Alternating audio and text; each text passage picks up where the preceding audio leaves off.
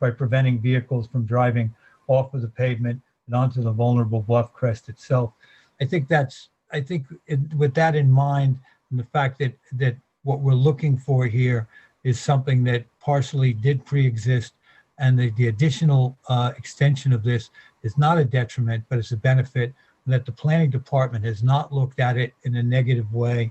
And that if we go to 255-8-50 and ask ourselves if the benefit from the applicant it outweighs any detriment, I think the answer is yes. And I think the area variance to be granted is the minimum variance necessary. I also answer that I think that is yes. I think that they've put the fence the only place it could possibly go. And so that moving the fence, we could ask for it not to exist. But I don't think in this case that we're doing anything that is causing harm to the bluff. If anything, it would possibly help preserve it. Also, there was the offer by the applicant to re-veg in the narrowest portion where there's currently a little bit of a drop off near the end of the 30-foot extension. So for all these reasons, I'm looking to approve this application. Thank you. Thank you, Ed. Terry? Yeah, I agree with member Johan. I don't have really much to add on it. You can see on the survey where that portion of fence is going and how close it does get to the road. It's a private right-of-way road, but there is a lot of traffic that goes up from Duryea and around over the Fleming Road and beyond over toward the Montauk. So I think the fence is necessary, and I think it's actually a positive thing for the town also to keep people from driving off the bluff, or as member Johan said, trying to park on the side and meander around on the bluff. I too am looking to approve this. Okay, thank you. Roy? I agree, Mr. Chairman, with my two board members. I don't have anything else to add to that. Okay, thank you, Roy. Tim? I also agree with my fellow board members with no additional comments. Okay, thank you. And I too agree. Thank you, Ed, for summing that up so well. And Terry, I appreciate your comments and agree with those as well. I too agree that this should be approved. Council, you good with that? If I can get some clarification, where the revegetation is, do we have is there a sketch? Don't believe that there is a sketch. Let me see if I can bring up what the applicant submitted.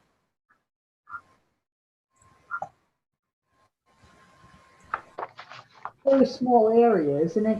Farther down. It's the determinants of the 30-foot extension. Currently, there is a small guardrail there, and there's quite a bit of slightly distressed. Yeah, it's down at this area, right at the edge of the property, with the southern edge of their property. In that area. Yeah. It does, yeah. Okay, so it says it on the survey. So that where that guardrail is removed, is where you would be looking for the revegetation, correct? That's correct. That's what I believe would be the case. Yes, Nancy. Okay, revegetate, and that's also one of the condition is removing that guardrail, right? I would say yes. Yeah. Okay.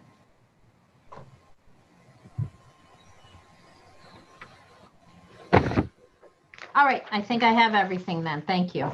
Okay, thank you. Okay, we'll move along next. We have 15 Crooked Highway LLC. I will read this in.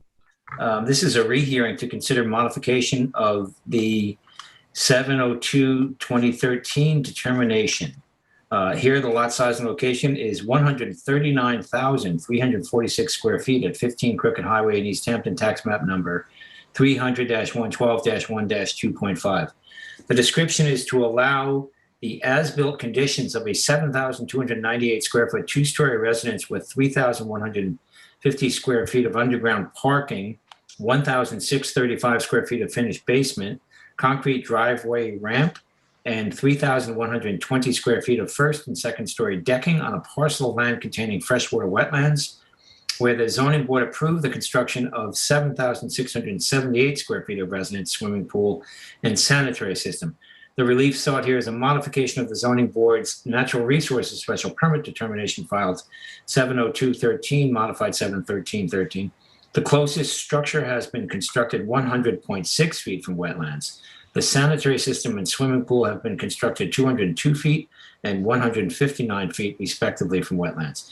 This is in an A3 residence zone. The flood zone here is X, the secret class is type 2.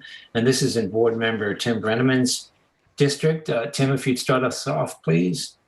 Sure. And as noted, this is a rehearing to consider a modification of an NRSP.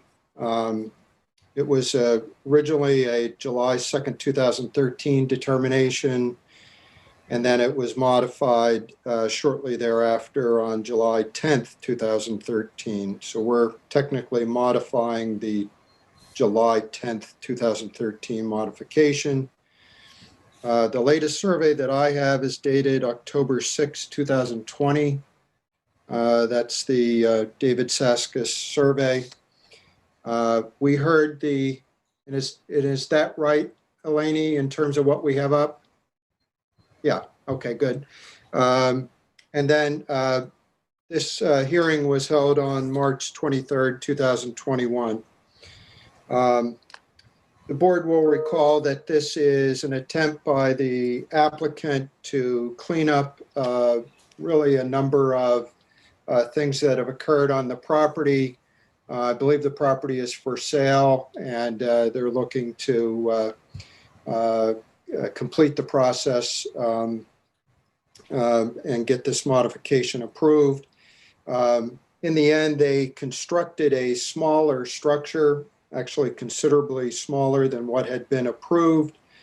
So that was to the positive. To the negative was that they also included some first and second floor decking, a concrete driveway with some retaining walls on the property, and a pool fence that were not part of the most recent determination. For the most part, the planning department felt like the improvements were not substantial and terribly significant. I visited the property, and it is actually quite a beautiful property there. And it is marked by rolling terrain, which did explain, to me at least, the inclusion of retaining wall based on the terrain of the property. The issue was the clearing on the property. This is in the water recharge overlay district. And the property was over-cleared during construction. And in revegetating, they did some revegetation that was adequate, some that was not. And so really the entire hearing was based on the applicant's agreement to re-veg to the planning department's approval. I did go back to Brian Frank this week to confirm that he in fact had received a revised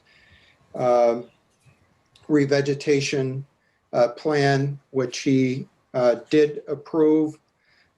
He was not able to confirm whether it had all been done. I personally drove out to view the property yesterday. And while I'm not expert in this, I would say that the property was substantially more vegetated than the first time I was there. And so I'm very comfortable that what appears to have been approved by the planning department is either in process or has been completed based on my review of this. The board will also recall that a neighbor spoke, and in the end, the neighbor really had more questions than he did related to this property. And so I didn't really factor that into my consideration. And so for all of these reasons, I believe that this meets our standards, and I would be looking to approve this modification. Okay, thank you, Tim. Can I just ask a Sure. question here? My notes from the hearing said that they were going to be submitting a new survey after the hearing. But I don't see one here, but I don't necessarily have a full file. My notes indicated the same thing, Nancy Lynn. I did not see it in my records. I just wasn't sure if maybe this was something that came into the planning department that didn't get to us. Let me see if I have anything in here. Checking now, I don't believe so. We ever did. We did not, no. And I think the new survey was supposed to have the clearing, the accurate clearing calculations. That would make sense. We did get the revised plan, but not the actual calculation on the Yeah, there's no revised survey here. survey. So we can handle Condition, that by making that a condition. correct. And I would be comfortable in making that recommendation. That, by the way, complies with the water recharge overlay district, right? Yes.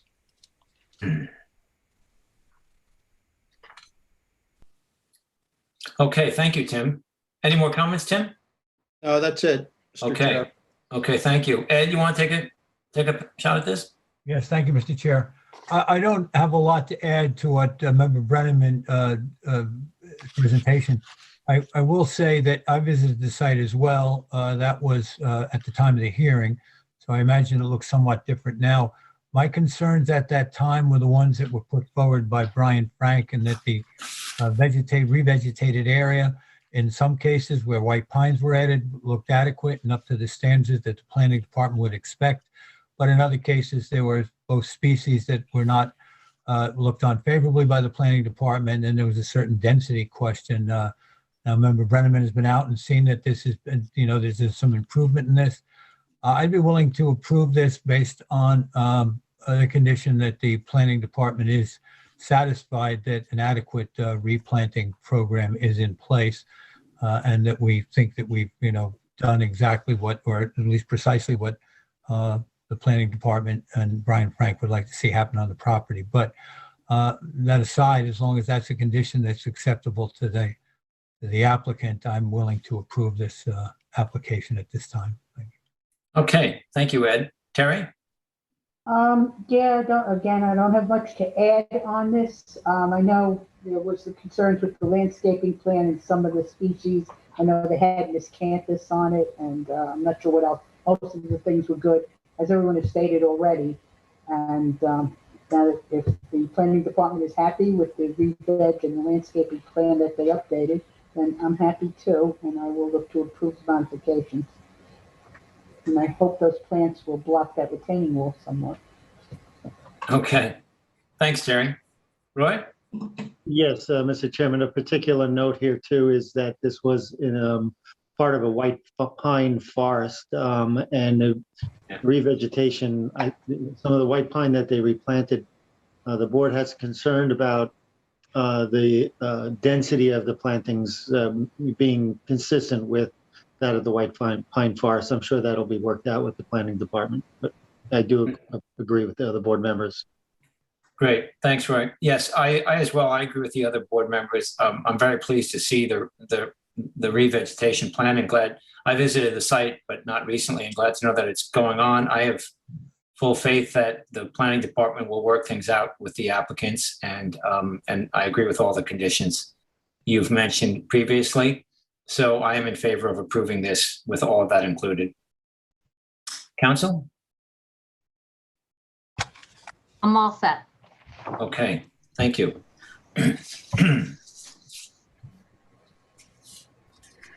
Okay, next we have Sands Capital Holdings LLC.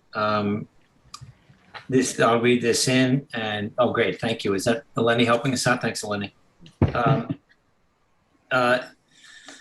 Pardon me. Lot size and location here, 28,441 square feet and 29,225 square feet at 183 and 189 Marine Boulevard, Beach, Hampton, Section 2, lots 4 through 17, map number 1283 in Amagansett, tax map number 300-176-8-23 and 300-176-8-22.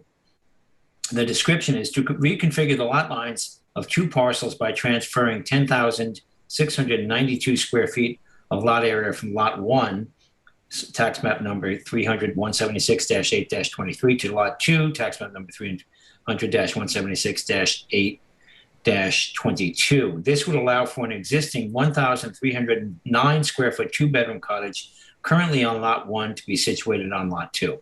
The relief sought is a variance from section 255-2-45A of the town code, whereas maximum number of one use is permitted on a residential property, and lot 2, Suffolk County tax map number 300-176-8-22, 183 Marine Boulevard, is proposed to contain 2 single-family residence uses. This is in a B residence zone. The flood zone here is VE, velocity of flood zone. The secret class is type 2.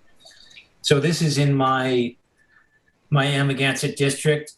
Board members, you recall, I believe most of you besides Ed, all of you probably besides Ed, were here when we'll call 189 is called lot 1 on the survey, the proposed lot modification survey that Eleni has pulled up. You recall we approved this house to be constructed. There was an existing house and cottage that I guess I recall, well, we all know it was owned by the famous Sonia Haney, the skater, and you all know his name. He owned the Yankees, but anyway, years ago. And you recall the existing residence in the cottage. The existing residence was, much closer, much more seaward than what this board approved for lot 1. That was constructed. Excuse me, pardon me. The 2 neighbors there now, are proposing to do a lot line modification so that the non-conforming, pre-existing non-conforming density use of lot number 1, whereby there are now 2 residences there, that would come into conformity. And lot 2 would with the lot line modification, would now have that cottage included in its property, and that would be non-conforming. That's the variance. Excuse me here. So we have a very unique and particular situation here that I really can't imagine coming up in many other circumstances, and I think we have to make sure that we all know that this is a unique situation here because of the pre-existing the conditions that were there. And also, as the applicant's agents mentioned, there was much discussion in the approval of lot 1, the new residence, obviously because it was a big project. But there was much discussion, and the cottage was there, and that cottage became a limiting factor in the GFA and all, because obviously that was included in the total GFA of the lot. The neighbors want to make this transfer for their own personal uses, and at lot 2, the current owners would like their parents just to be able to stay there, and lot 1 does not have that need. As far as some of the numbers go, excuse me. If approved, this ends up changing obviously the GFA and the coverage and lot coverage for each of these lots. And just so the public knows, the existing at 183, which is lot number 2, the existing GFA there now currently is 3,283 square feet, where 3,453 is allowed.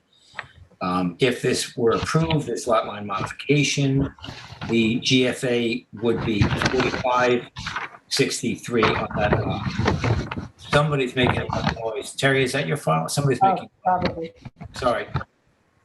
The existing GFA for lot 189, which is a larger modern house on lot 1 there, 189 Marine Boulevard. The existing there is 5,280, and the proposed GFA there would drop down to 4,000 square feet. For some reason, since they're just moving the cottage, I think that number may be a little bit. I believe the cottage was 1,300 and pardon me 1 second. Oh, my square footage. Where's my square footage here? 1309? Yeah, 1309. Thank you. So somehow that math doesn't work for me where it brings it down. But generally, where it goes from 5,280 to 1309 would not be exactly 4,000. But it is, it's within 100 square feet or so of that. Pardon me. So basically, it's squaring these lots off and bringing their sizes into conformity, and as well, I feel I'm leaning towards approving this application. I want to stress the uniqueness of this application. And part of the reason I'm approving it, well, two of my main reasons for approving this is that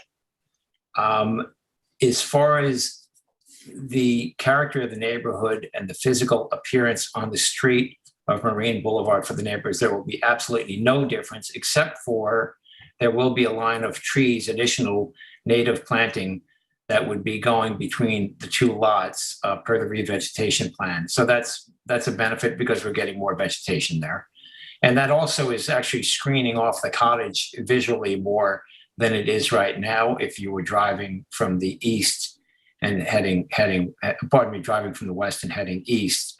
So that is a plus. As well, lot number 2, 183 Marine Boulevard is proposing, although there is, they are proposing to put in a new innovative on-site wastewater treatment system, and that is certainly a plus, especially along the Atlantic coast. So again, it's a unique situation here, but I see it as ending up being a paper and a paper on a map and a survey, and not affecting the neighborhood. And actually, it's squaring. It's bringing the numbers back into a better range with this lot line modification. And again, the plus of the proposed re-veg and the proposed IA innovative alternative sanitary system. So I'd like to circle around.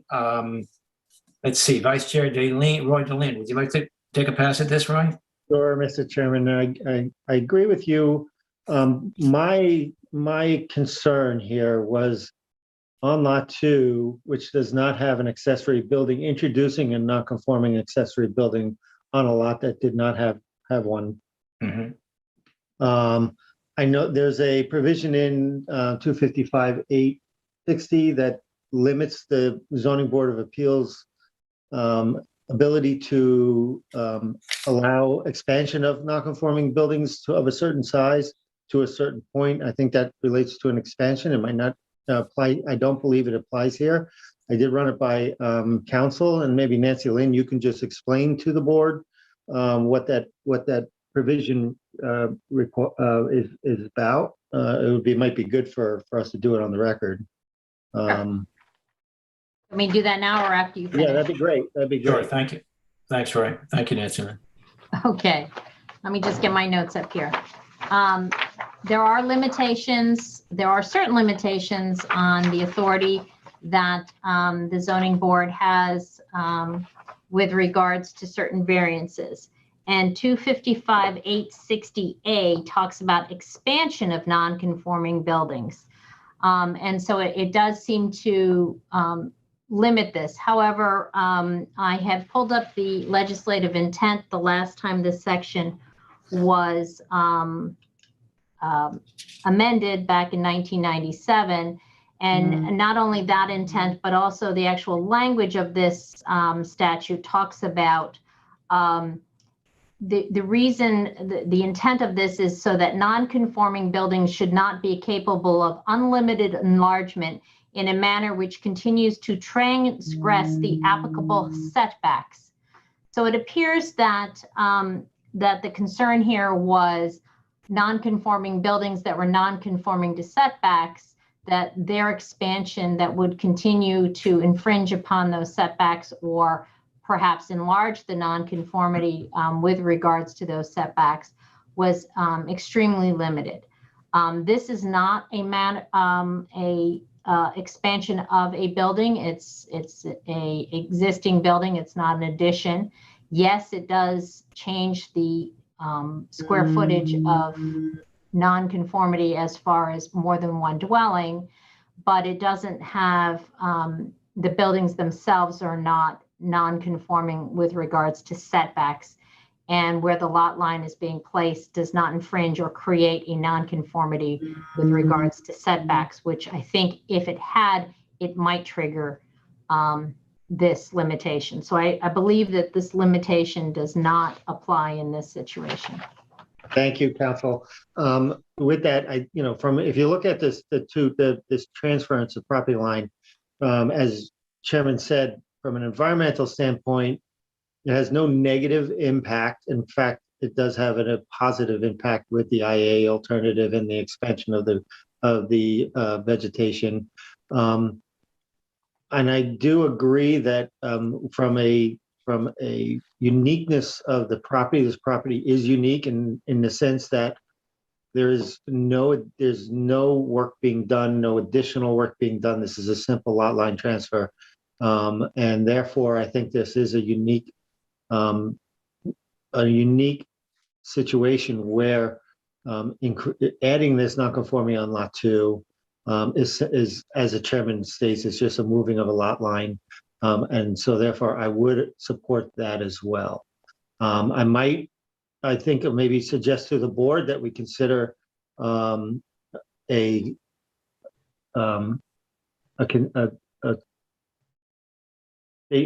thing in our decision that says that the nonconformity cannot be expanded in the future. A condition. So I might throw that out, but so that's where I stand with that. Thank you, Roy. Terry? Oh, Terry, you're on mute, Terry.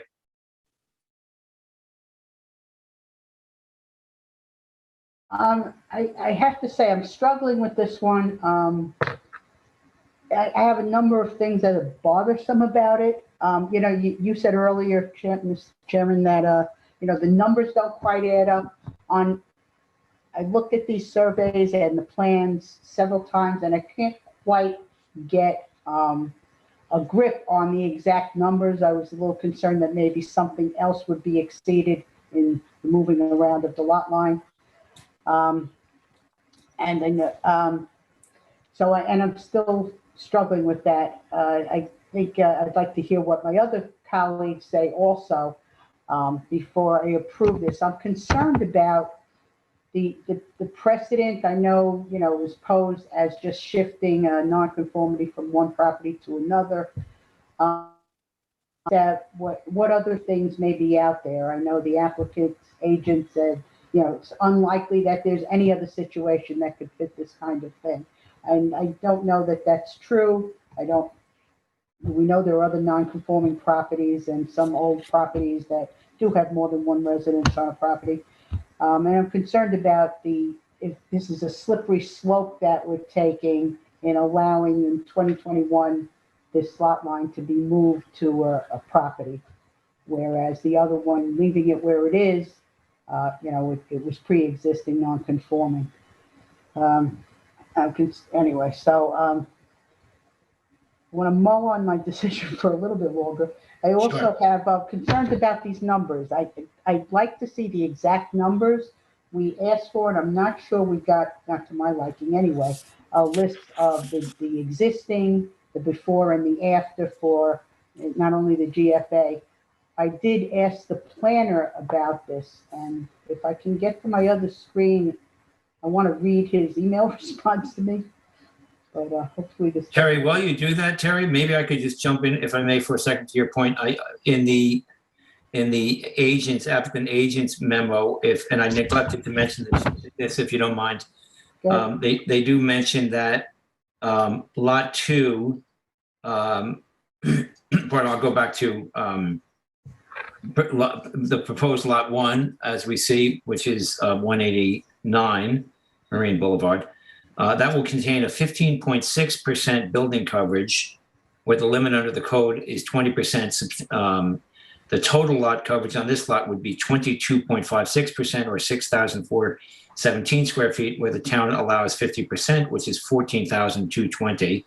And then for lot 2, we have, this would be augmented with the cottage would then have 10,249 square feet of clearing, where allowable is 17,428, and the combined building coverage will be 12.73%, where 20% is allowable. The lot coverage with this lot line modification on lot 2 would be 20.51, or 6,093 square feet, where 50%, or 14,612 square feet is allowable.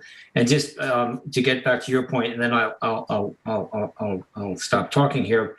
I would certainly agree with you that we obviously want to make sure that all of the numbers are correct, and the survey is correct. I imagine council writing the determination would be working with the planner on that to make sure all these numbers are correct, but I don't want to speak for council on that either.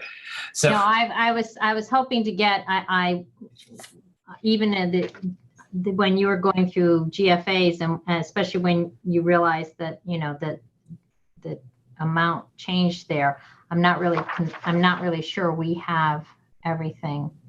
Yeah, I think we don't. I mean, even in the project description, it says a 1,309 square foot cottage. And on the document that we have, the plan that shows the lot line, I guess the document that's up on the screen now, says 1,280. A lot of these numbers are off, not to a great degree, but they concern me. it may be, and just to be fair, it may be off on the notice and not on the actual square footage. I'm not sure.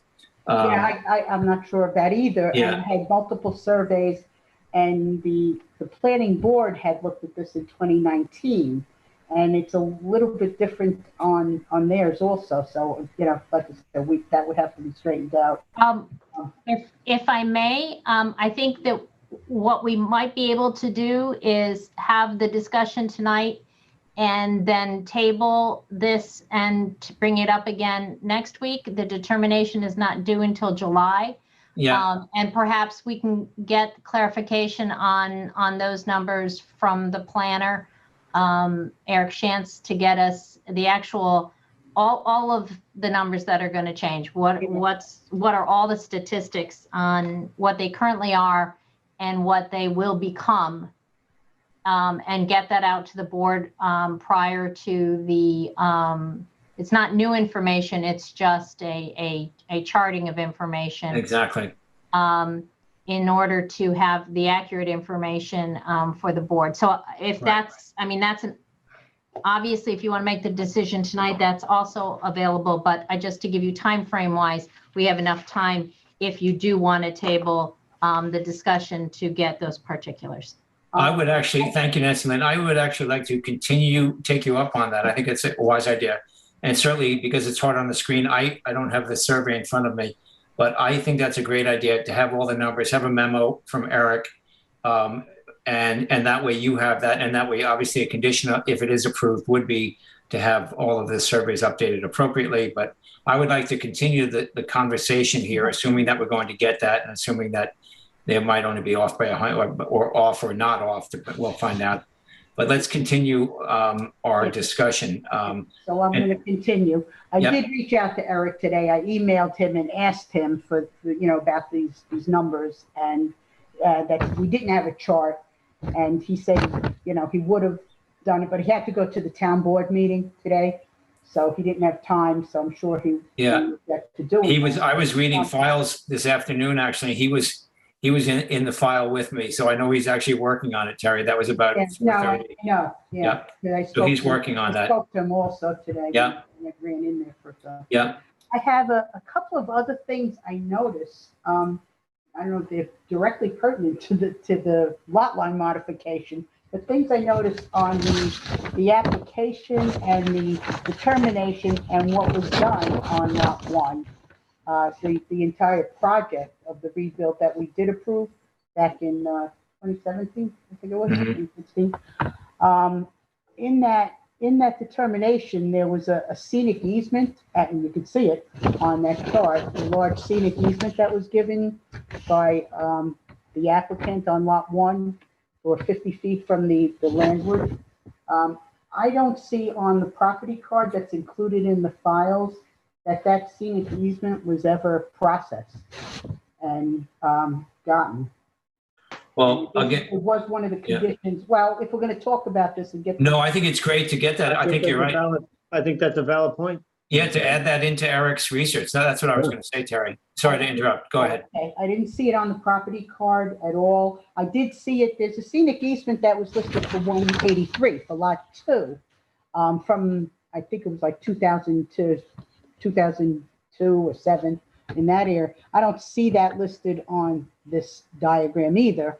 And I know the planner is recommending that they extend the scenic easement there across as a condition of the approval on this modification, if we give it. And there was another diagram, Lenny, that I thought showed that. It might have been in the TAM. Eric gave us a pretty extensive TAM document on this. Let's see. And also the dune crossings, we were limiting to one, going back to the lot one determination that we had approved. And they did remove the walkway, but that would be another thing if this were approved. We'd like to see that one of those walkways on lot 2 is eliminated.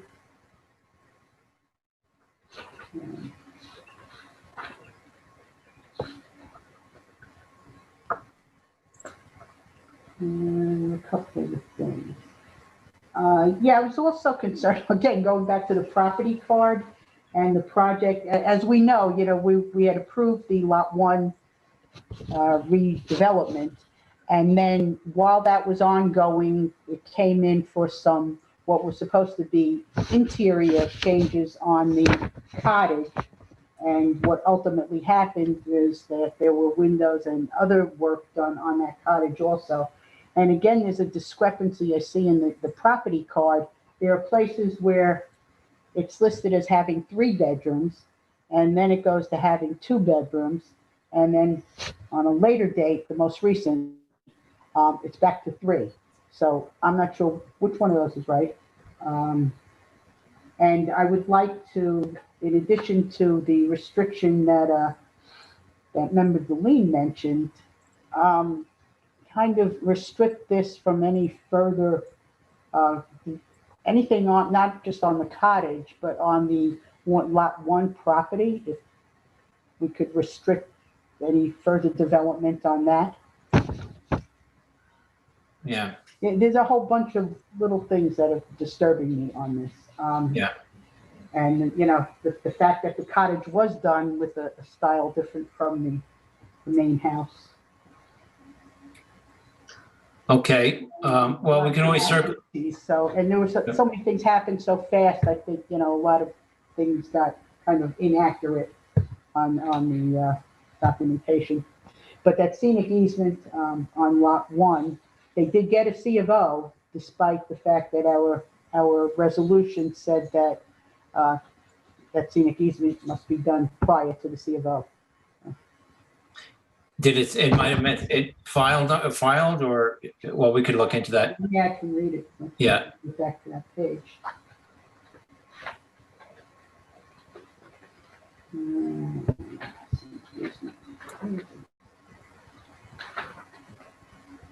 Eleni, could you scroll down to the chart that you did before at the survey here? Yeah. And I'll just say this, typically surveyors don't, typically surveyors' numbers are spot on. That's why they're surveyors.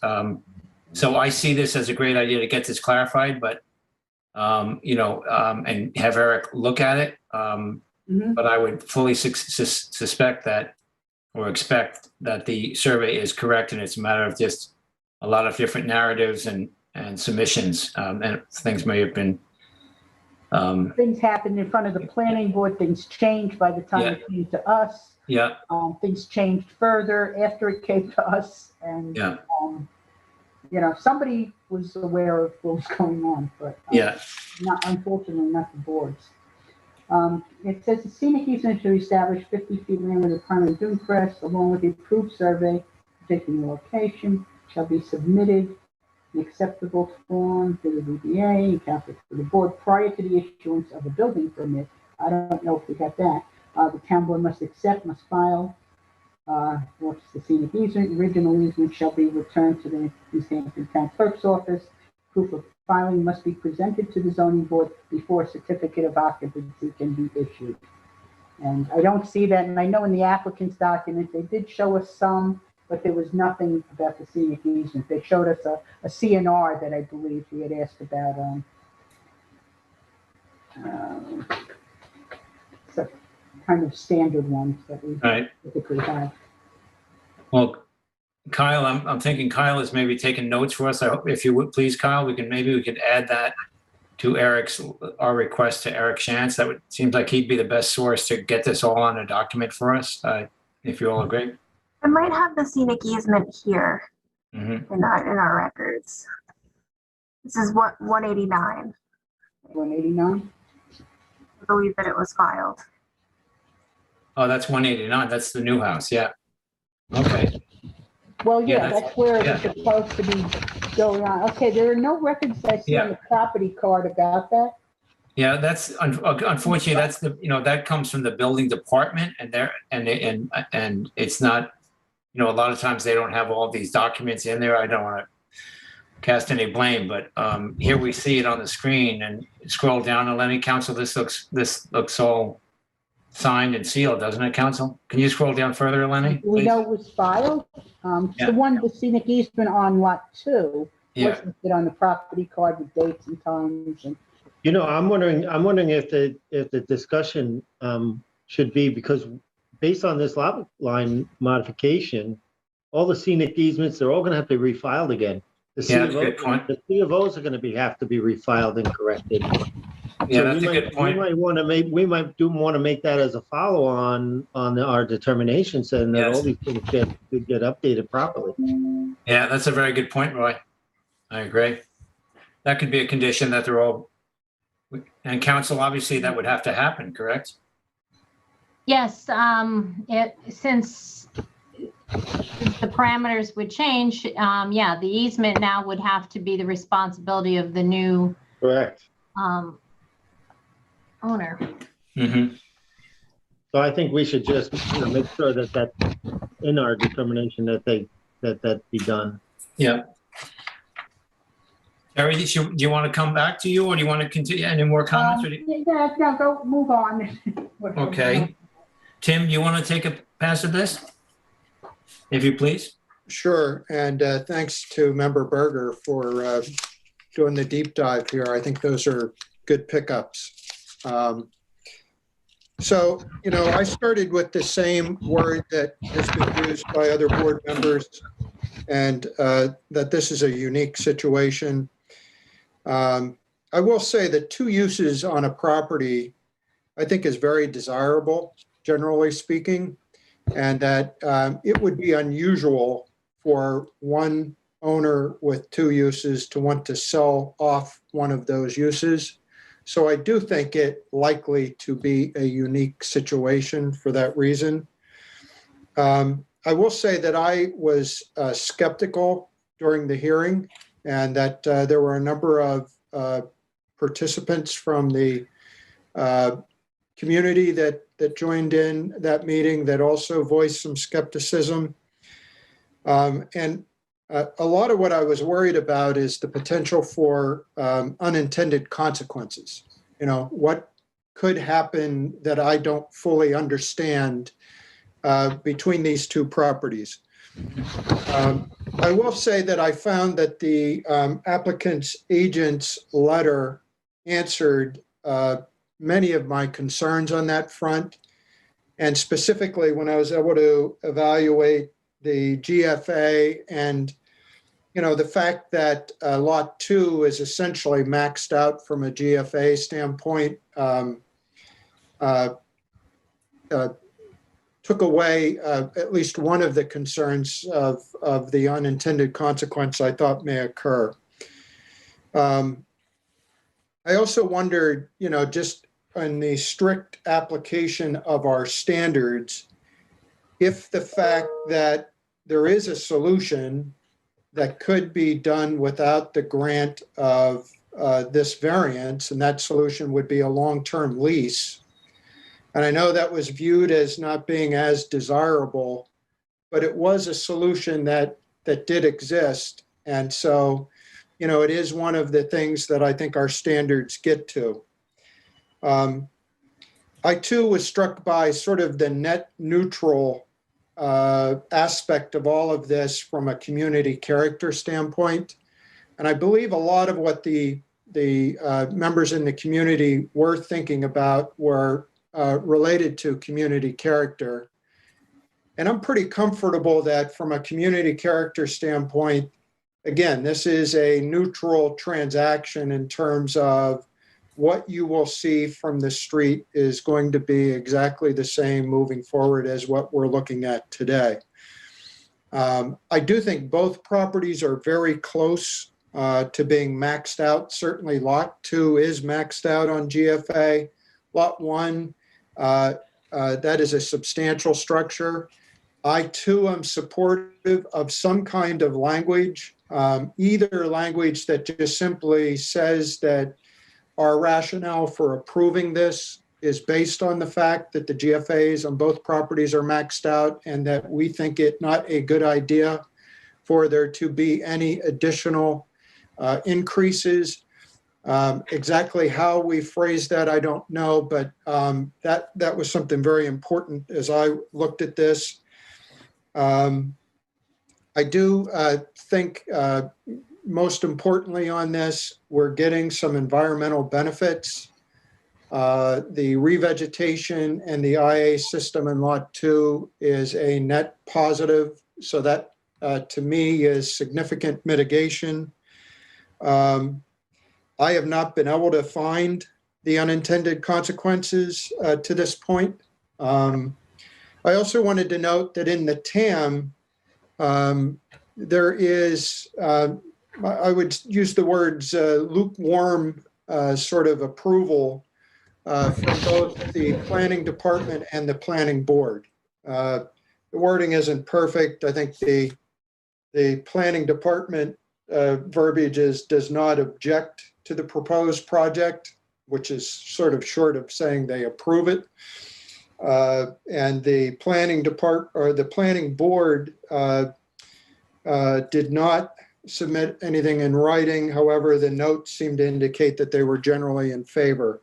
That's also impacting my decision here. So for all of those reasons, I am also leaning toward approving this.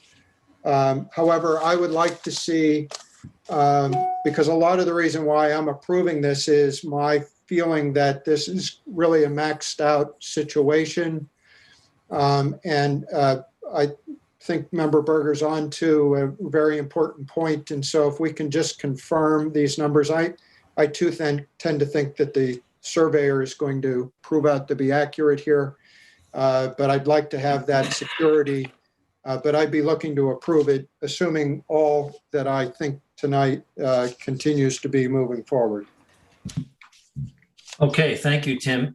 Just to add it to your point about the option of the long-term lease, I'm sure you saw in the agent's letter where he talks about the bifurcation of the tax bills and the insurance and the rental registry that would have to occur if it was a long-term lease. But anyway, that's in there, and that's on the public on the records if anyone is interested, as are all the documents.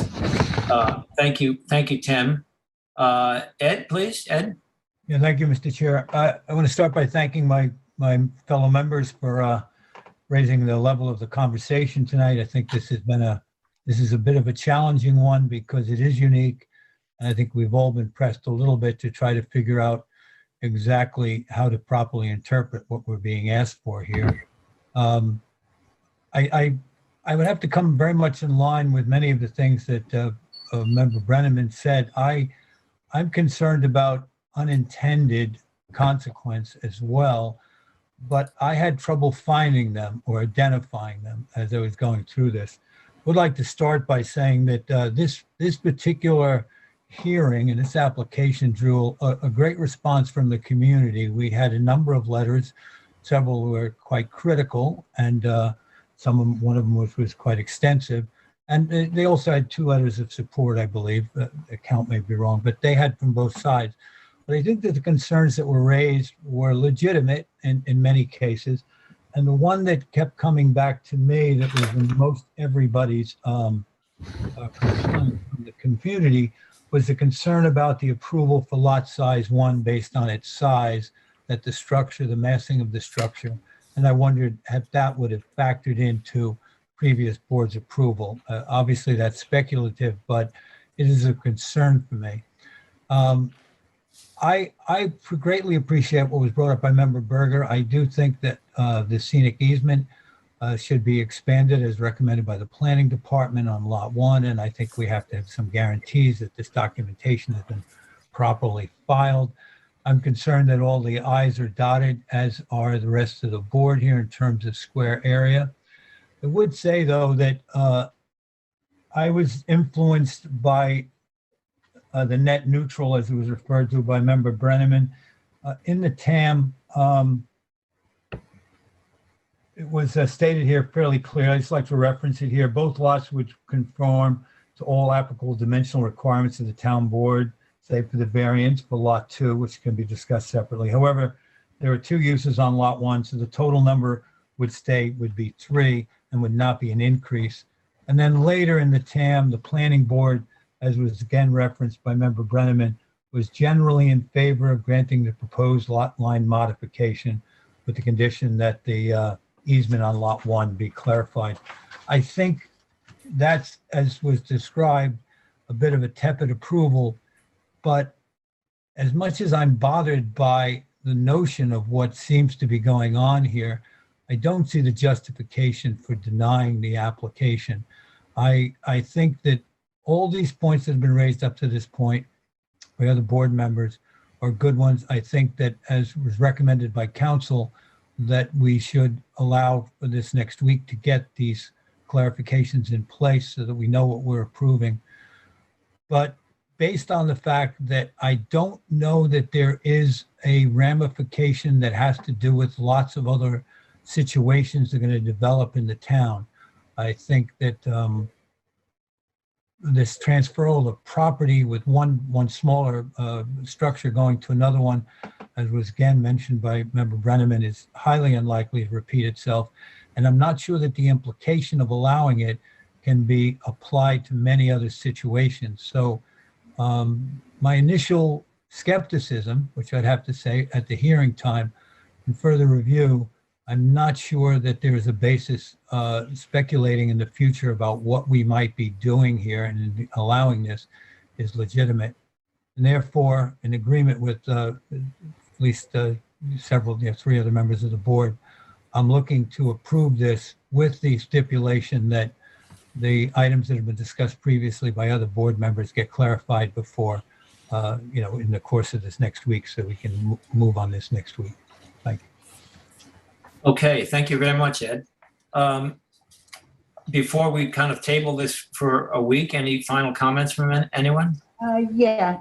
Actually, Tim's point about the alternatives, any of the alternatives, that there is another alternative, and the applicant's agent listed what they could do about a lease, but that stuff happens all the time. I don't see that as being a particular hardship for them to work out, and apparently they've already been doing that kind of thing to some degree. I am concerned too that with that lot, that cottage could never be severed onto a separate lot in between those two lots. I don't know if that's possible because I know we're not looking to increase density in the town. So I don't know if there's some kind of restriction we could put there. And the other thing for Eric then, in the recommended project conditions, extension of the 50-foot wide scenic easement on lot 1. I'm not sure what he means by that. I'd like to find that out too.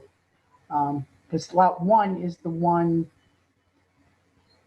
where we have that 50-foot easement that Eleni found. I don't know what he means by extending it unless it's going all the way across lot 2. So I'm not clear on the already existing scenic easement on lot 2 versus what it will be. I believe they are extending an easement. So as it is in that diagram that we're looking at, Roy? Yeah, I'm not sure if this is proposed or not. So that's a good clarification question that we might have. Yeah, okay. And just so I mean, we have lot line modifications done before, but typically it's a positive on the from and the to. So that is what makes this unique. It's not a positive on the lot it's going to, if it gets approved. Well, I'm certain we could have a condition that lot 2 be not further subdivided. I'm sure that they know that wouldn't happen. That would be a tough variance, that one. Any other comments, board members? Yeah, I'm unsure here. The variance that's coming into us is on lot 2, which is 183. Correct. Yeah. We have jurisdiction over lot 2. I don't know what jurisdiction this board has, and we'll maybe get some clarification if the planning department could require the extension of that scenic easement. But we are not doing the lot line modification. We're allowing lot 2 to have a double density. So No, I think board I think condition an approval for lot 2 that lot 1 do a scenic easement. What I think happened here is they offered up an extension of, we're not requiring it, they offered it up. Right, but Yeah. how do you enforce that? Well, good point. On lot 1 or lot 2? On lot 1, we have jurisdiction over lot 2. Mm-hmm. Okay. Because lot 2 wants to add the cottage. additional use or the additional density. Okay, so I think what you're saying, council, is it would be the planning board that would follow up on that recommended condition of, Well, because the Sending it on lot planning 1? board has jurisdiction over both because of the lot line modification. Right. okay, That's a good point. And also the building department has jurisdiction on the C of O. So, right? Yeah, but that would, Well, except, yeah. Who's gonna ensure that on lot 1? ensure what, Roy? That the C of O gets updated on both properties. Well, the scenic easements would have to be updated. Their CNRs would have to, lot 1 CNR would have to be updated. Right. Everything on both the lots would have to be updated on their deeds. Anything that's currently imposed upon on their titles would have to be updated to reflect the lot line change. So if they gained area, that they now have to agree that it continues to be encumbered as it used to be when it was the other owners. If they lose it, that what remains still, even though it's now a different configuration, continues to be encumbered. So I'll work with Eric on what, because you can condition that the planning board, that's, I guess, I don't know, we'll have to figure that out. So that's a little bit more research we'll do on how that would happen. Okay. Thanks, Nancy Lynn. So, board members, do we agree? We'll table this and that way we'll get a chance to read Eric's memo and then pick it up next Tuesday? Yes, I'd Yeah. like to do that. Yes. Yeah. Okay, great. Okay. So we'll just table that and we'll move on then. Next, we have Anthony Giacone. And the lot size and location here is 30,317 square feet at 61 Seabreeze Lane in Gansett Dunes, map number 6639, Namagansett, tax map number 300-175-7-10.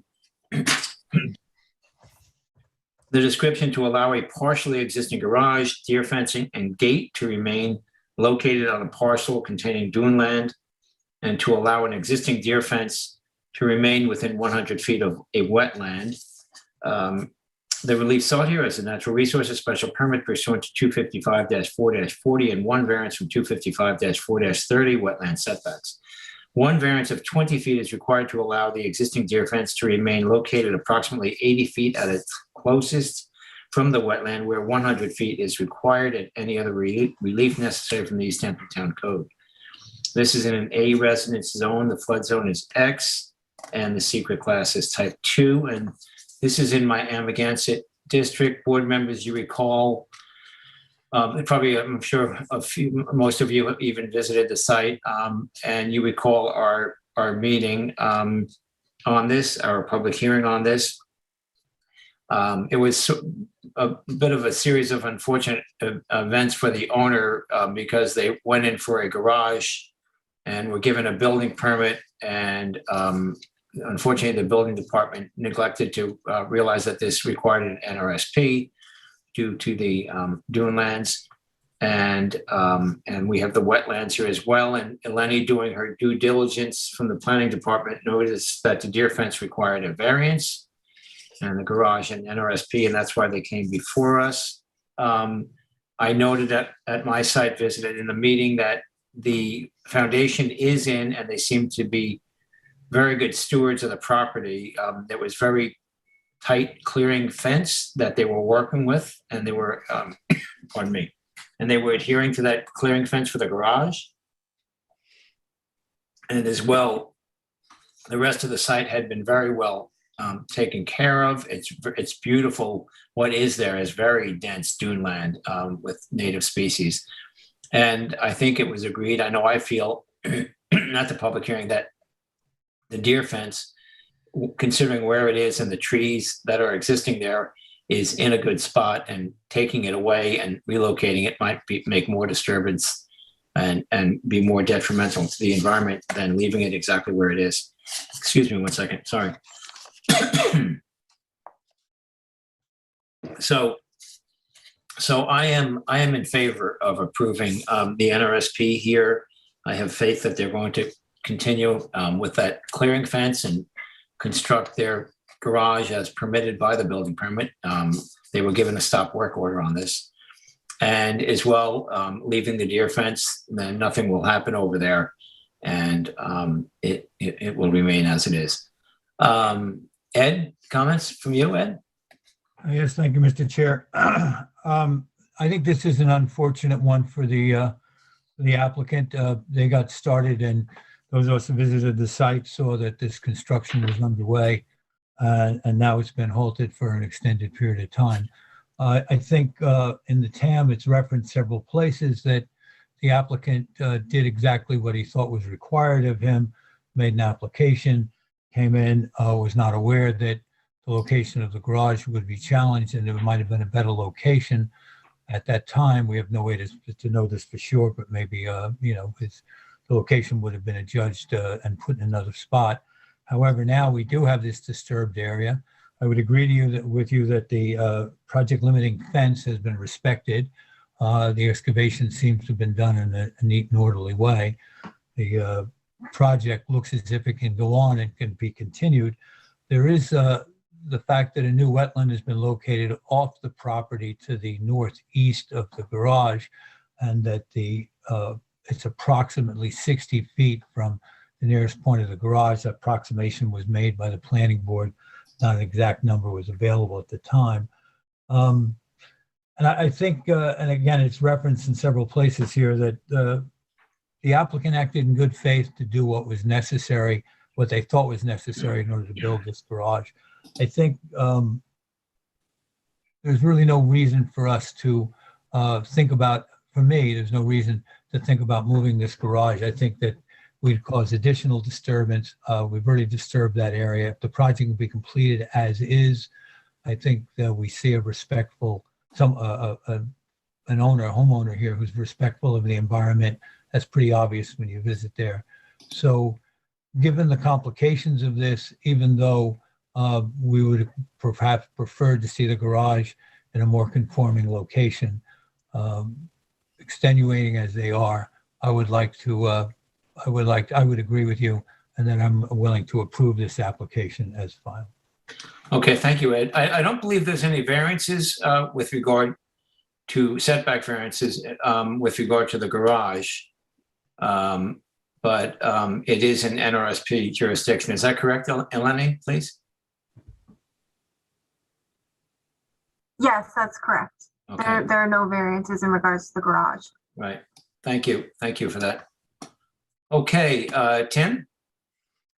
Yeah, thank you, Mr. Chairman, and I'm in agreement. Unfortunately, I don't think we really have a choice on this. The TAM does point out, I think it's important that we write our determination to note the uniqueness of this application, because we are approving a garage located in what was a pristine dune land. But the applicant followed all the steps and was acting on good faith. And, I like Member Johan, cannot see us taking any other action at this point, even though I surely think there may have been a less disruptive location on this property.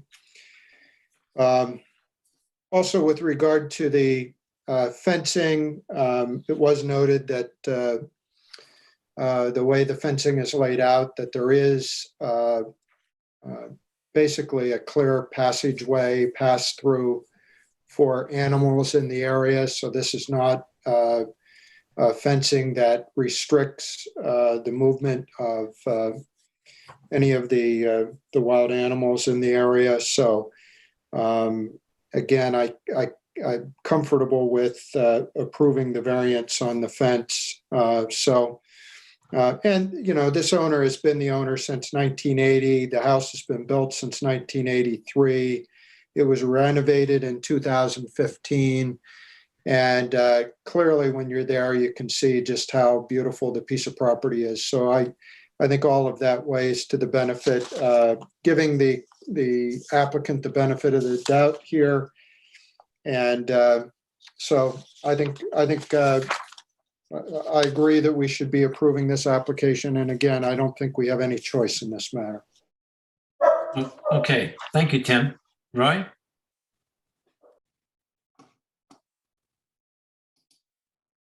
Let's see. There it is. Oh, you're on mute. Roy, you're on mute. Sorry. Sorry. Thanks. I do think this is an unfortunate circumstance because if you look at the location of the garage and the contours, it's cut right into this beautiful pristine dune. And if it had come to us prior, that garage would not be located there. But Yeah. that being said, I do agree with the decision that we need to approve this. I think that's okay. My concern, and the deer fence is fine with me too. My concern is there was talk about, first off, I believe that during the hearing there was not a limiting fence there. And we had conversation about a limiting fence. We even explained to the owner what a limiting fence was. So I would like to make a condition that before work commences, that the limiting fence is put to the proposed clearing line so that before construction commences and that verification be done. Secondly, there was talk about, on the owner, they talked about he had a lawn. And my concern there is from the 2015 rental that was required in NRSP. I think that we have to make sure that lawn complies or that if there is a lawn there, that it does comply with the 2015 decision. So that's a concern that I had. Maybe that can be verified by the planning department. I think we do have to look at that 2015 decision to make sure that no other conditions change as a result. But that being said, the site is very, he has taken care of the site very well. I agree with that. But so I just want that review, if we can, because we haven't talked about re-veg or anything with this yet, and I don't know what we're going to require, but I think the proposed clearing, and if that lawn is in that proposed clearing, it should be looked at. Yeah, thank you. Roy, and I'm sure. Chair, I have the conditions that are on for it's a 2014, right? Right. Yeah. 2014. There is a survey, so we can reference the survey. But the additional conditions talk about gutters and leaders on the roof, getting the building permit, getting a certificate of occupancy, and the NRSP and approved survey available on the parcel at all times. Those are the only conditions that were part of that determination from 2014. So there is nothing in there with regards to not establishing a lawn. Okay. But a review of the survey would help. Survey would help because if that whatever was on that obviously would be.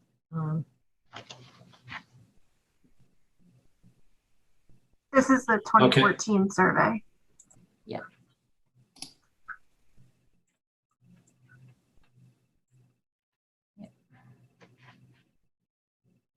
Let's see. Lenny, maybe you can put your cursor. Is there a limit of clearing line there, or it's not? It doesn't look like it's shown. It doesn't look like it's shown. Yeah. Look how much the dune has changed. Yeah. Yeah, right. I don't know if it's changed or the contours have. Maybe we've gotten more accurate. Yeah, a little bit tighter on this new one. Let's see. Terry. Well, Terry agrees with our fellow board members. I guess that new wetland that's to the northeast, I mean, Lenny, that is flagged now, so any future changes for this property, that would be noted, right?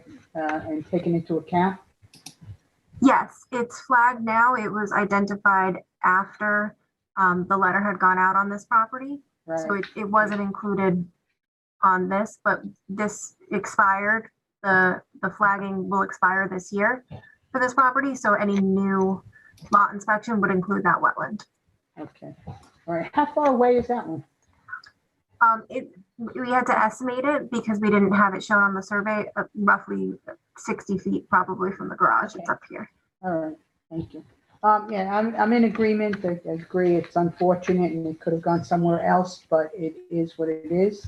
And I would like to make sure that that fencing doesn't get extended anywhere closer to that new wetland too. But other than that, I am also going to approve this application. Okay. Okay, thank you, Terry. Any other comments, anyone? No? Oh, Council, you good then with that? I believe so. I mean, I don't have, I mean, other than project limiting, fencing and I don't have any other specific conditions. Well, in the TAM, they were listed, right?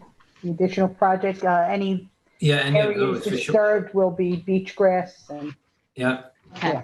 Yeah, And yeah, other than that- those conditions, but what I'm saying is Anything different. Yeah, from us. Do we there's want to not any new mention, ones from the board. Right. well, maybe just a note of a condition that the site continue to conform to the previous determinations, conditions of the previous determination, or is that, I guess that should be understood. What do you think, yeah. Council? Especially since there aren't an awful lot of conditions in the Yeah. previous determination. Yeah, I don't know if you need to reference it. okay. I'll take your advice on that. Okay, anything else, board members? Okay, we'll move on then next. We have Laura McCall. The lot size and location is 44,983 square feet at 52 Private Road in Amagansett, tax map number 300-109-1-8. Description: to construct 528 square feet of additions, approximately 1,400 square feet of decking, a 480 square foot swimming pool, pool equipment, a 600 square foot detached garage, driveway, and an upgraded sanitary system, and to clear 6,317 square feet of dune vegetation on a parcel of land containing wetlands, surface waters, dunes, and dune vegetation. The relief sought 3 variances and a natural resources special permit pursuant to 255-4-20 of the East Hampton Town Code are required for this application. Variances of 9 feet and 30 feet from 255-4-30 of the Town Code are required to construct the proposed additions approximately 91 feet and decking approximately 70 feet from tidal wetlands where 100-foot setbacks are required. 1 variance of 7.8 feet is required from 255-4-40 of the Town Code to construct the proposed decking 41.2 feet from the dune crest where a 50-foot setback is required and any other relief necessary. This is in an A residence zone. The flood zone here is AE flood zone elevation 11, and the secret class is type 2. Okay, so this is in my Amagansett district. I know this board knows this application very well. There's been several iterations since the initial submission, which goes back to July, just about a year ago, exactly a year ago, July 15th, coincidentally. In that submission, excuse me, in that submission, there was a proposed, as I've read off there, the proposed garage, a proposed swimming pool, there was proposed pool decking, and there were proposed additions to the house, proposed decking at the house, and proposed decking on the landward, on the Napeague Harbor, the northwest side of the house as well. Since then, the applicants came back and they have removed both the pool and the garage from the initial application. I'm not going to go back and read all of those other numbers and that, because I think it's really moot at this time. Really, this is the application we have in front of us. I know for one that I certainly would not have been approving that the first submission whatsoever myself. So now we have before us this the application whereby they want to leave the existing house. They say that they're going to leave the windows, doors, and the siding and the roof. I did see in a building permit that some of those were replaced previously. And they are proposing again now to add on the addition, the second floor addition, and they are adding on the decking at the house. There's actually 2 additions on the landward side of the house, as you see on the survey. And I'm looking at the survey dated 1/8/21. It's that's a revision date that was last submitted. They certainly will have to have a new, excuse me, a new survey if this application is approved. A condition would be the updated survey and an updated revegetation plan to revegetate all of the area where the proposed garage currently shows on the survey that is no longer proposed. So the question here becomes, well, there's a few of them. One of them, obviously this board and the natural resources and the planning department, we're interested in always retreating and moving houses back. The applicants in their memo talk about, I won't read through all the numbers now, but they did address that. They went through the dollars and cents. And again, this is from May 3rd. 2021. This is on the town website, and this is from Biondo and Hammer. And it's a memo from Andy Hammer, I believe, was the author of this. Yes, Richard A. Hammer. And they did look into those numbers, and they list out as well the substantial improvement in the FEMA numbers and what FEMA does allow for before it gets triggers the substantial improvement. So whereby the house would be, the owners would be compelled to raise the house to meet FEMA. So the applicants now, with the new numbers before us, even though they do not have the current survey, the total lot coverage, the existing lot coverage right now, the building coverage is 1,116 square feet, and the proposed coverage would go from the 1,116 to 1,687 square feet, and that goes up from 2.8% to 4.2%, where allowable is 15%. But obviously, in an NRSP territory like this board doesn't certainly favor going up to the maximum limits with regard to clearing coverage and total coverage.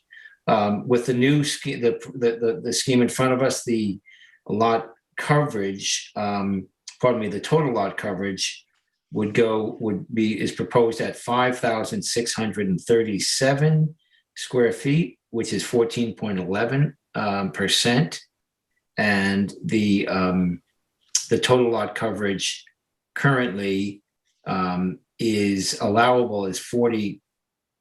Pardon me. The total lot coverage is existing is 4,183, and again they'd be going up to 637 again at 14.3%, and existing is at 10.5%. So the question here becomes, and then there is the variance to extend that small portion of deck on the Napeague Harbor side. So for me, the way I'm looking at this is the benefits with regard to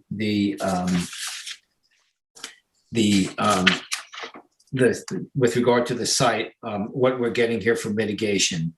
And really the main mitigation we're getting here would be the new IA sanitary system to replace an existing system that is certainly not as efficient as the new innovative alternative systems. And that becomes the question here. I would say I'm leaning on, and this is a very close one in my mind, but I'm leaning towards approving it. And for the reasons that I feel in this very sensitive environment along Napeague Harbor, the balance is getting in, what's going to do more damage here. The additions on the landward side and the small deck addition on the seaward side, on the bay side, or the existing sanitary system being upgraded. And I feel that in the long run, where they are proposing this, the additions is the best place connected to the house, obviously, because it's landward of the house, on the landward side of the house, except for that small portion of decking. It's a close one though, but the square footage numbers, when you consider that the existing house, the footprint is only at 1,116 square feet, and they're bumping it up by just over 600 square feet. That would be the building coverage I'm talking about, and the fact that the total lot coverage is going up to 5,637, where the existing lot coverage is 4,183. So that's about a 1,500 plus or minus augmentation of the total lot coverage. So these are not huge numbers, and the percentages are well in the range of what we would probably come close to. This board may or may not approve. But those are my comments for now. I'm curious how you all feel. Ed, do you want to take a pass at this? Sure. Thank you, Mr. Chair. I agree with your initial statement that the proposal made to us at the hearing that included the garage, I believe at that point they had already eliminated the pool. With the garage and the pool, this was a much too large a request. And knowing and seeing the site is absolutely a perfect example of what we would like to see a good deal of that area look like. There is a lot of native vegetation. There's some mature vegetation. The garage certainly would have impacted that. But eliminating the garage and eliminating the pool, we come back to looking at what is the ask and what is the benefit. The addition that sits to the, I guess that would be the southeast corner, the larger portion of the addition, incorporates what was the garage and a portion of the building that now is a cantilever that you pass under with some additional space. Beyond that, to the west, there's a small addition that runs along parallel to the face of the building there. It's kind of squares up an irregular conformation. This is an extremely sensitive site. All of these are along any kind of waterfront, and particularly in Neptune Harbor. And I think there is some very nice mature vegetation throughout. All of that was a concern with the initial proposal. I will say that putting in the IA system as a benefit will also disturb a fair amount of vegetation. The way in which it's laid out, it's a little less so, perhaps, certainly than what the garage would have impacted. But I agree with you that this is a toss-up call. I think that what the ask is from them, the request has been for this addition pared down is eventually, in my mind, reasonable, given the fact that the IA system will be a certain amount of remediation. I do think, though, that I would not be in favor of seeing any additional work going on here. I think that anything to the seaward side, to the water side of the house is something that we would not be in favor of encouraging. And I would not be in favor of encouraging any addition to the landward side either. Given all of that, however, looking into whether or not we think that we're following proper code recommendations in terms of the damage, potential damage to the environment, if construction protocols are followed as they should be and they'll be in place, then I think it's possible to complete this project doing a minimum amount of damage to what it now exists on the site. And therefore, with a certain amount of trepidation, I'm willing to approve this with the hope that the kind of respect that's really required on a site like this is carefully observed by the applicant as they move forward with the construction. So I'm willing to approve this as currently presented. Okay, thank you, Ed. Tim? Thank you, Mr. Chairman, and thank you to you and Member Johan for leading this. In the end, I'm in complete agreement that this is a jump ball. This is a very close decision in my view. I do have a couple of comments because I think it's important. Number one, the applicant goes to great pains to compare and contrast their application with the Bistrian approval that this board made. I'd like to say that I pretty much reject that comparison. I think that was such a unique property that was owned by the family for many, many years. The history of the family and the property that they donated in that area was unique. They completed a brand new FEMA compliant structure. Here we're leaving the existing structure, which is not FEMA compliant. And so I just think there's significant differences. And so I'm unwilling to accept those comparisons. I also went through my notes, and the one thing that we don't have as a result of not having the updated survey, which I feel is really important is the amount of clearing that will be done during construction. Now, one can infer that it will be substantially less with the removal of the garage, although as Member Johan indicates, the IA system is going to require a fair amount. The amount of disturbance that was on the initial proposal was perhaps ultimately the most concern that I had with this application.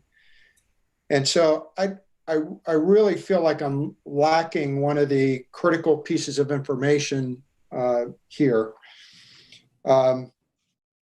However, overall, I tend to slide in a very close call to be in agreement with Member Johan and our chairman. The removal of the garage and the pool to me makes a difference. And the mitigation of the IA system in an area that is this wet and this close. And ultimately, you know, I came down to the conundrum of does adding improvements that are FEMA compliant to a non-FEMA compliant structure represent building on a non-conformity if the improvements are in fact conforming. Ultimately, I decided that they are they're conforming. I think that lessens the concern about resiliency, not from the main structure, because I still have those concerns based on its location, but based on the improvements, I think at least we can be comfortable that we're not totally building on an existing nonconformity. I'm looking to approve this, but subject to, I would like to see the revised survey clearing calculations. I just feel like we're missing an important part of what we're ultimately approving here. If I may, I can make a suggestion. Since, you know, that it requires an amount of clearing, obviously it would be no greater than the amount that was originally asked for and noticed. But we could put something to the effect that the actual amount of clearing will require board or delegate approval based upon the new survey and a construction protocol. Yeah, I like that. I like that a lot. I think it would be good to have that come back to the board, actually, council. Okay. Yeah, the language always says board approval, and sometimes that's done by planning, but I can make sure that it's clear that it has to be board approval of the amount of clearing based upon an updated survey and and I would add a revegetation plan to that as well, you know, that we approve along with the planning department, obviously. Tim, you want a construction protocol as well? Yes, I think so. Wise. Yeah. Yeah. I don't think it has to be extensive, but just address how the construction. Right. Yeah, I agree with you. My comments are concluded, Mr. Chair. Okay, thank you. Roy? Sure. So on the survey, I do agree. I think we're at a disadvantage with this, with not having a completed survey or an updated survey to show what the intent is. This was a problematic application to me as well. The removal of the garage and the pool certainly put it into contention. And I agree with my other board members on the approval for it. My concern during the hearing now and always will be what happens if there is construction creep on the job and it's not, would have pushed the house into full conformity with FEMA. That's always my concern. I think, though, that the submittal by the applicant, he spent a good amount of time addressing it. I don't know how we can incorporate that, or we should incorporate that, but I think that's a critical part of my decision, is how he addressed it in terms of the renovations of the existing residents or the non-resident, or the leaving as is. So that's always a concern of mine, and that creep that happens, and sometimes is not even enforced during the creep or construction period. So that's my concern. Otherwise, I would lean towards approving it. The survey, having an updated survey can potentially change quite a bit on here, because it's going to change the layout of the driveway and other things, which should restrict some of the clearing as well. So I look forward to seeing that. Okay, thank you, Roy. Terry? Yes, I agree with all of my colleagues again. I had the same concerns as, pretty much every member about the clearing and the revegetation, that whatever gets cleared will be revegetated.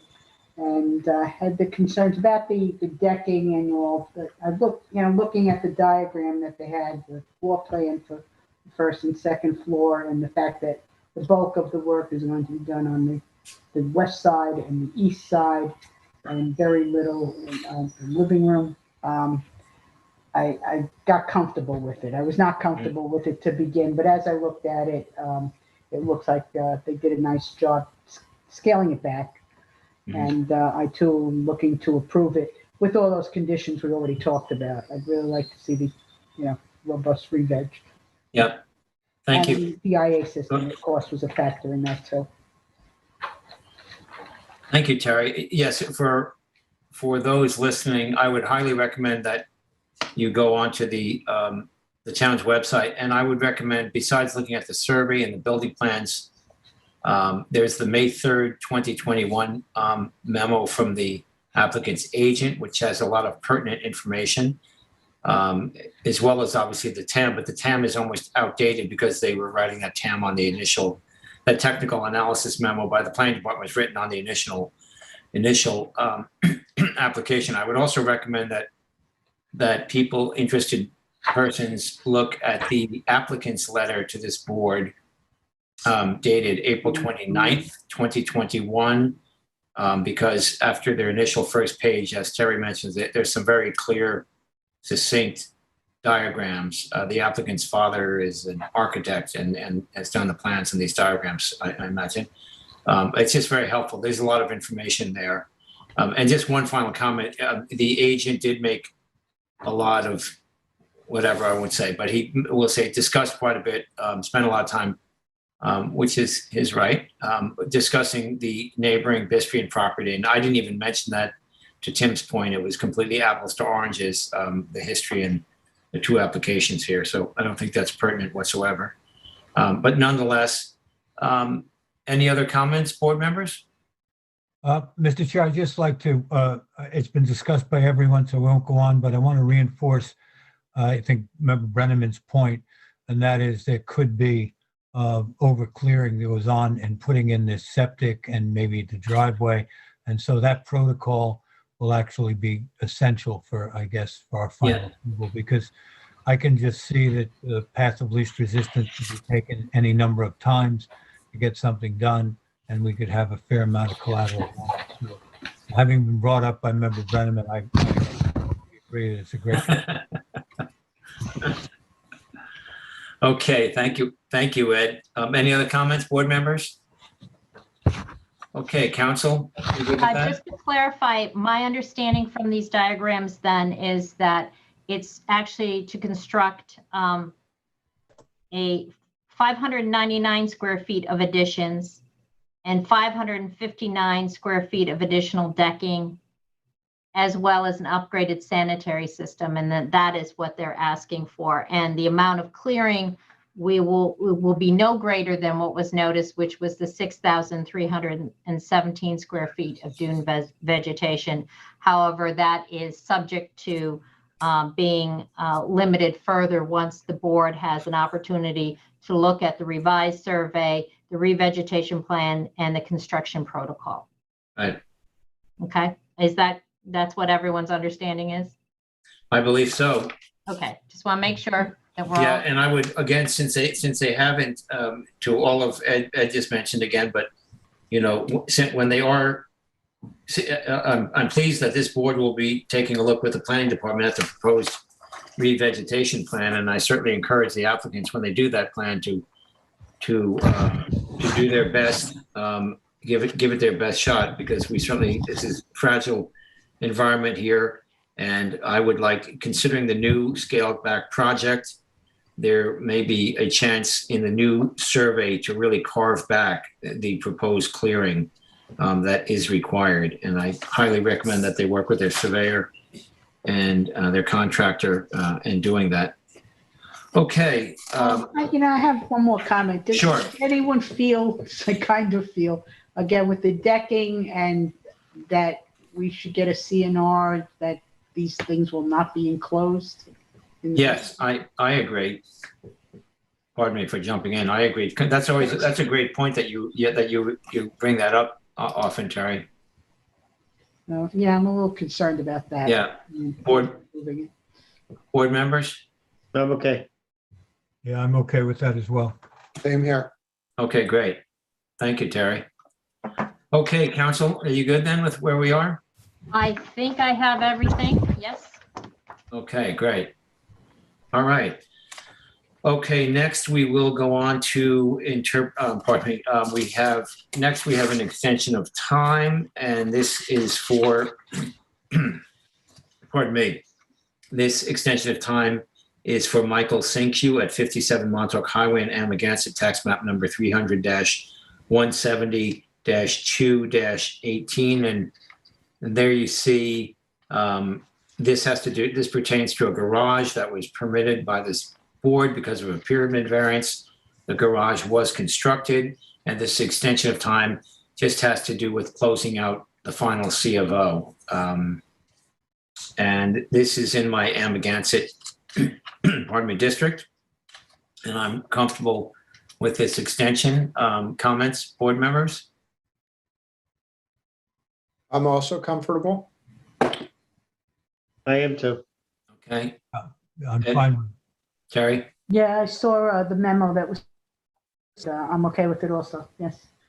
Okay, thank you. Then I will make a motion with regard to Michael Sinkyu at 57 Montauk Highway. I'm against tax map number 300-170-2-12 to approve the extension of time. And we have, I'm sorry, can I get a second? Sorry. Yes. Concur. I concur. Okay, thank you. And count, we'll pick it up. Let's just pick it up now. Council, do we have to, basically we are approving it. I know in resolutions, we have it listed again. Council? Yes, you generally, you do as you do the decisions on it, that you're in favor of it, and then you adopt the resolution as drafted. Yes, that, You have belt and suspenders on this one, but that's fine. yeah, so we already have it drafted. It was passed around to us, correct? So, Yes. well, I should have made that motion, I guess, in the resolution portion, but, That's fine. No, that's so does that work? So are we good on that, council? well, you do need to adopt the resolution as drafted. Oh, okay, we'll hold off on that then. Great. So I made a motion then to grant the extension of time, and we just so happen to have that written up already, and we'll get to that next in resolutions. Okay, now we have the minutes. We have the minutes for June 8th of 2021. Do I have a motion to approve the draft minutes for June 8th, 2021? Yes, Mr. Chair, I'll make a motion to approve the minutes of the East Hampton Town Zoning Board of Appeals from June 8th, 2021. Second I'll that. second. I concur. And I concur. Thank you. Did we get everyone there? I guess one of us has to concur between Terry and I. I'll concur. Okay, to make it a majority. Okay, thank you all. Okay, So now we'll move on to resolutions. The first we have here is 62 Osborne Lane LLC at 62 Osborne Lane in East Hampton, Suffolk County Tax Map number 300-187-1-2. This is very recent. Nancy Lynn, our counsel, Nancy Lynn Thiel, has been working very hard and got a lot of these resolutions of these recent applications written up very quickly. We appreciate it. And very thoroughly, I will add. Tim Brenneman, this was in your district. Do you want to pick it up from here, Tim, if you would, please? Sure, yes. I'm certain that the board remembers this building inspector appeal. This was related to an accessory structure / pool house located on 62 Osborne Lane. And this really came to us with two separate issues. One related to the 5-foot separation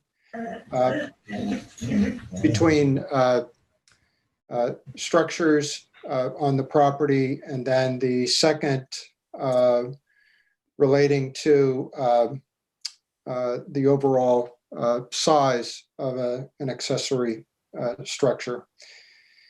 And the board was split on this, ultimately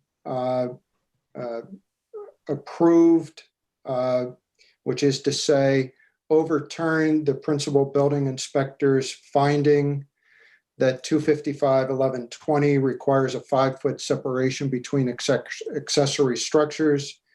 And as the board will recall, this all related to, for those of us that concurred with this, that it related to a separation from the principal or the main dwelling and not between accessory structures as was being indicated in the finding. And then we were again split, but ultimately denied the appeal that the appellant's pool house was not in compliance with 255-1123. And so splitting this, concurring with the overturn of the building inspector's appeal of 255-1120, which is the 5-foot separation, was Chairman Whelan, Vice Chair Daleen, and Member Brenneman. And dissenting on that decision was members Berger and Johann. And then concurring on the decision with regard to 255-1123, which is conferring to deny with regard to the applicant's pool house, were Vice Chair Daleen and then members Berger, Brenneman, and Johann, and dissenting on that finding was Chairman Whelan. So with all of that, I will make a motion to accept 62 Osborne Lane, LLC, Suffolk County Tax Map 300-187-1-2, that we approve the determination as written. We uphold the building inspector's determination. It's an appeal. Yeah, Well, we're approving it. Go ahead, counsel. Ultimately, on the two questions, you make the decision that you Okay, are got not upholding on the separation, but the pool house is too big. It's too large to be Correct. confined. Oh, that's correct. As written. Okay, great. My bad. That's okay. All right, so my motion stands. I'll second it. Concur. Concur. And I concur as well. Thank you, Tim, for that. And thank you for your work on that. Okay. Next, we'll move on to Alan and Nancy Charovsky. And this is at 63 Meeting House Lane in Amagansett, tax map number 300-171-5-18. And the purpose of this application was to allow pool equipment to remain within rear yard setbacks, and a variance here of 4 feet is required from 255-11-10 to allow the pool equipment to remain 16 feet from the rear yard lot line where 20 feet is required, and any other relief necessary.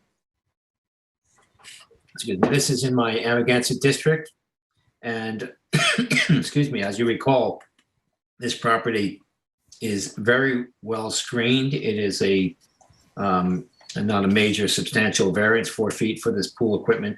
The property is screened on all 3 sides with very high hedges and trees, and there were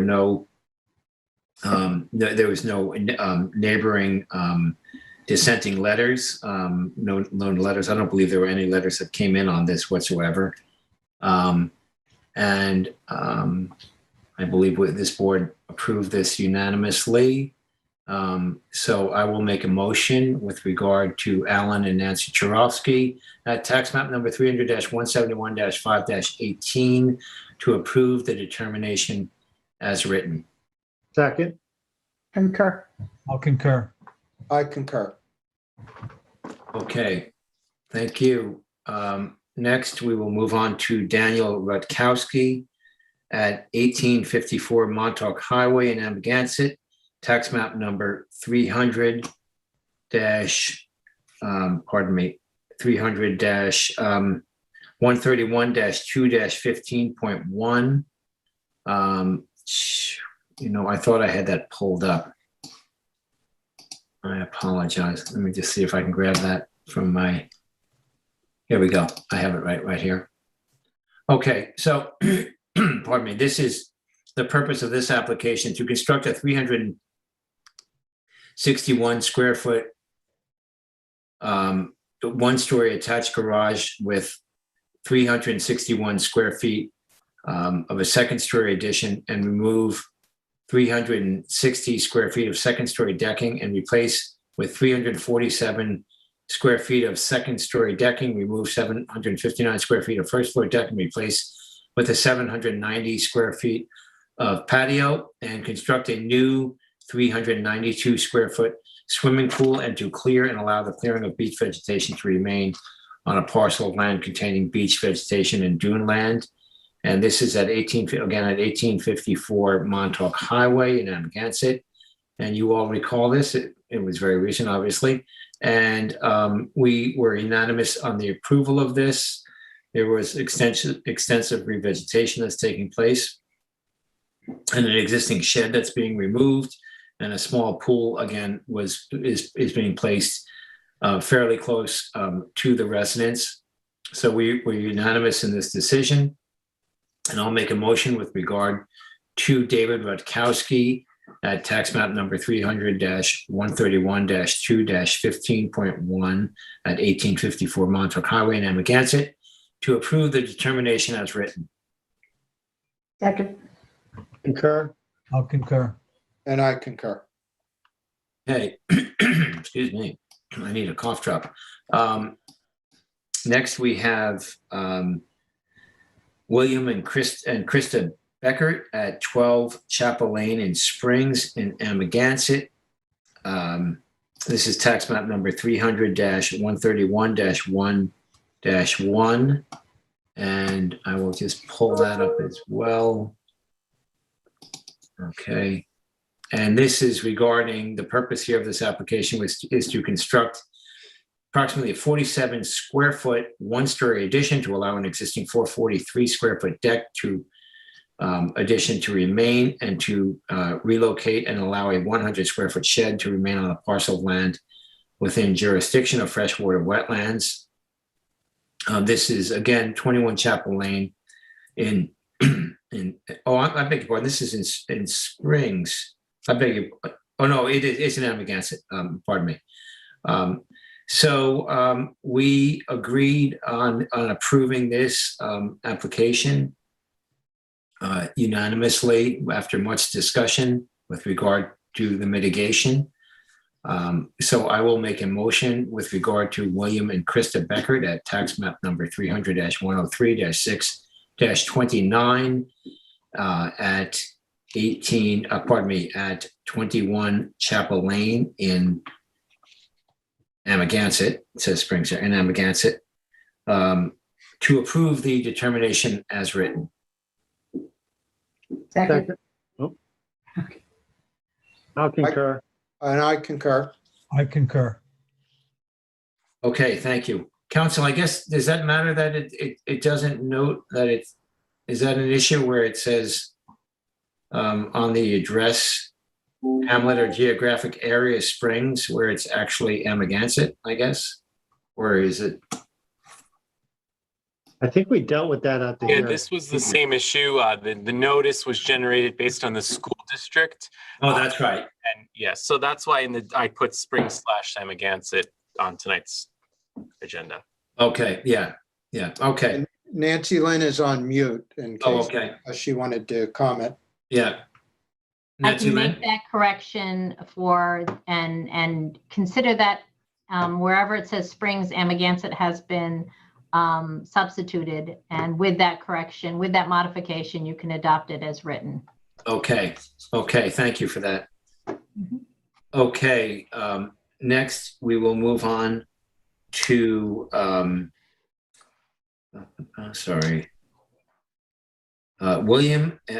Kathleen Langen.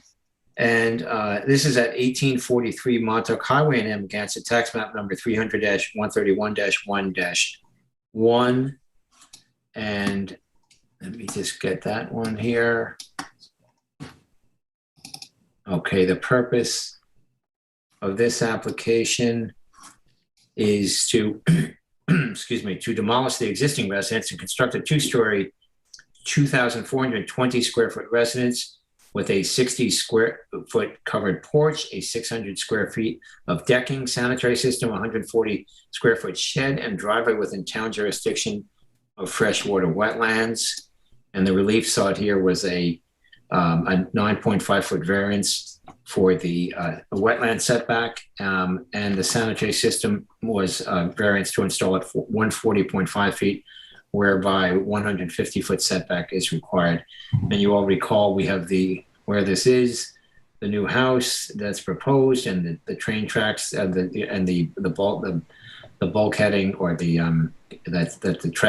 roadbed or the track bed basically makes between the wetlands and this residence. We all approved this application unanimously. So therefore, I will make a motion with regard to Kathleen Langen at tax map number 300-131-1-1 at 1843 Montauk Highway in Amagansett to approve the determination as written. second, Concur. I'll concur. And I concur. Okay, thank you. Next, we have Virginia Spinelli, and this is at tax map number 300-32-5-13. And this is, the purpose here is to demolish the existing residence and associated structures and construct a new 1,553 square foot two-story residence with 700 square feet of decking, porches, walkways, and the sanitary system. And setbacks of freshwater wetlands outside the town's pyramid regulations. And this again was approved. I'm sorry, I'm begging your pardon. I'm kind of jumping in here. This is in Montauk. Let's see, Terry. Meat Was this- burgers. Terry, yeah. Terry, will you take over on this, please? Okay, yes, as you said, it's a complete redevelopment of this property on Ditch Plains Road. It's located toward the south end of Ditch Plains Road and is in between Sepp's Cottages to the north and another residence on the south.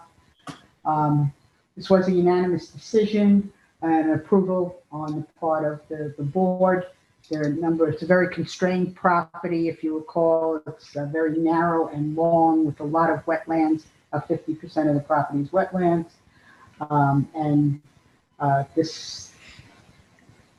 This application was a good application, and the applicant has agreed to scenic easement as well as additional buffers, which should help protect the extreme wetland and water course that runs through the back of the property. And said this was a unanimous decision. And in the matter of Virginia Spinelli, tax map 300-32-5-13 at 45 Ditch Plains Road in Montauk, and make a motion to approve the resolution as written. I'll second it. I concur. I concur as well. And I concur as well. Okay, thank you, Terry. Okay, next, we just made a motion that was approved for Michael St. Hugh to give him an extension of time. And now we have a resolution here for that extension of time. So this again is for Michael St. Hugh at tax map number 300-170-2-12 at 57 Montauk Highway in Amagansett. And again, I will make a motion here to approve the resolution extending determination as written. Second. Concur. I'll concur. And I concur. Okay, thank you all. Let's see, council, anything else on your end?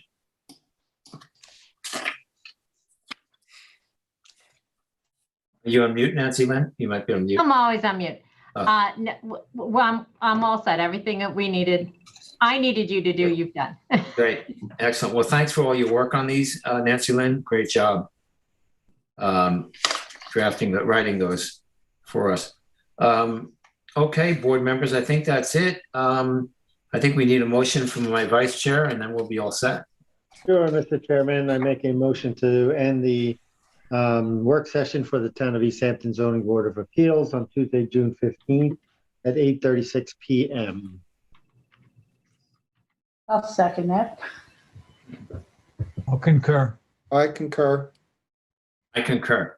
Thank you so much, board members, LTV, Eleni for helping us out, and Nancy Lynn and Kyle, as always. Have a good evening, you all. Thank you.